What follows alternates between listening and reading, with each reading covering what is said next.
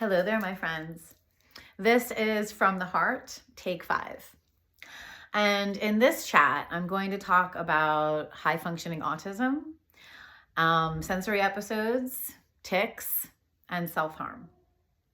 So having high functioning autism, being neurodivergent, is not something I was aware of until I was in my 40s. And I just turned 48 years old.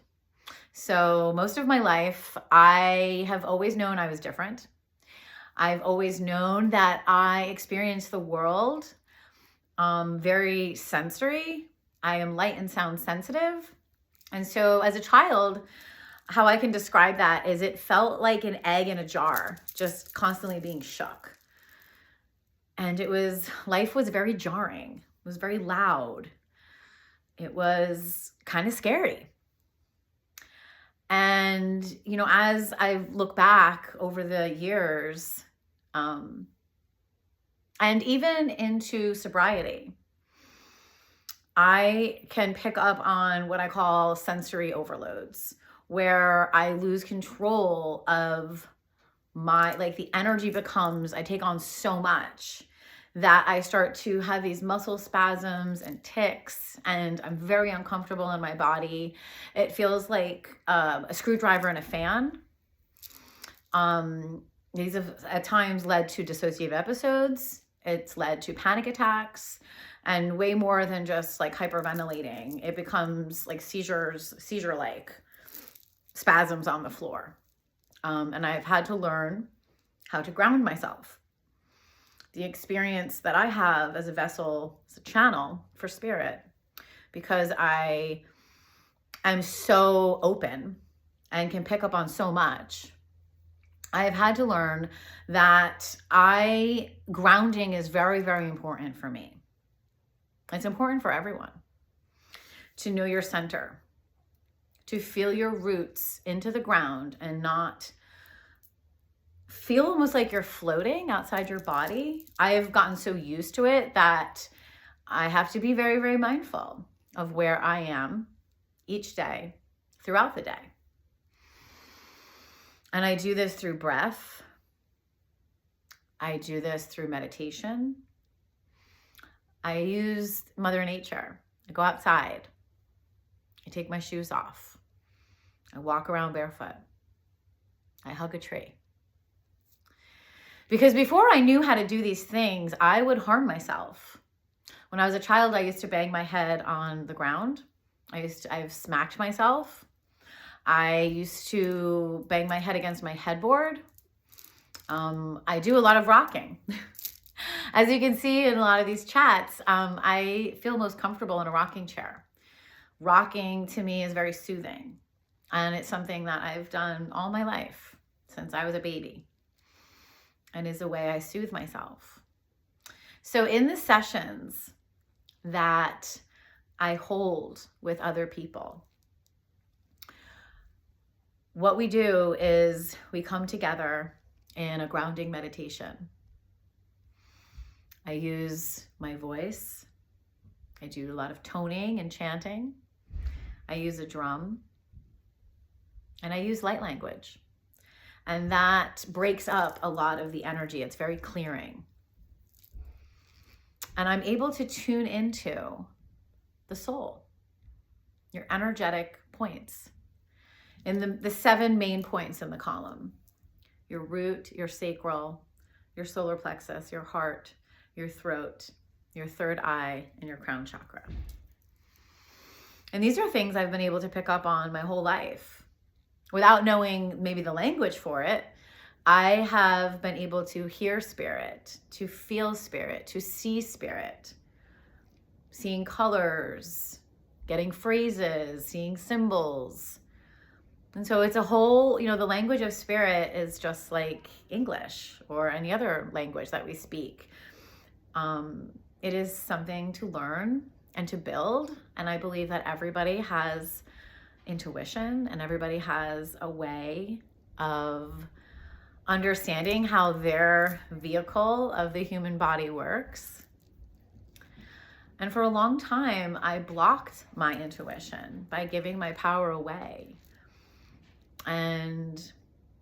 allowing the weirdness that I felt, the strangeness that I felt, to bring me down, swallowing the illusion of fear and what other people thought of me, because I knew I was so different and I didn't know how to talk about it. And so I did the best I could to try to hide it, to try to block it. And, you know, all these years later, talking about spirituality and spiritual experiences, these are not things that I had to go and seek. They were things that I was naturally experiencing and was running from, was really afraid of.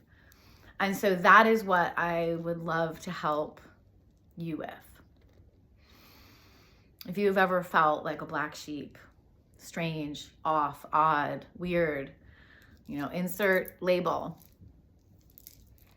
These are what my sessions can help you with. Not only do we pinpoint negative cords within your body between you and someone else or an experience, we break that up. We do soul retrievals, which we like get a piece of your soul from either this lifetime or other lifetimes and incorporate it back into your being, which wakes up the body in so many ways, because everything is energy. That is the root. And I do energetic upgrades. I am able to pick up and feel into these energies, and I always have. And so for a long time, I was using my gifts in a very detrimental way to me. And that is something else that I like to help people, guide people in, is their own spiritual gifts. Whether you hear, see, feel, understand, whatever clairs you have, that's a part of who you are. And that's what From the Heart is doing. I hope to inspire deeper conversations, connection with yourself. Because ultimately, that's what all these experiences have done for me. They have helped me to accept myself, to forgive myself, and most importantly, to love myself. And the self-love is the best healing balm there ever could be. Love cannot be externalized. It could not be met through an external anything. It has to come from within. So if this resonates with you, don't hesitate to reach out to me. I offer free phone consultations where we can tailor a custom session for you over the phone in the comfort of your own home. They are deeply profound, very gentle, and always interesting.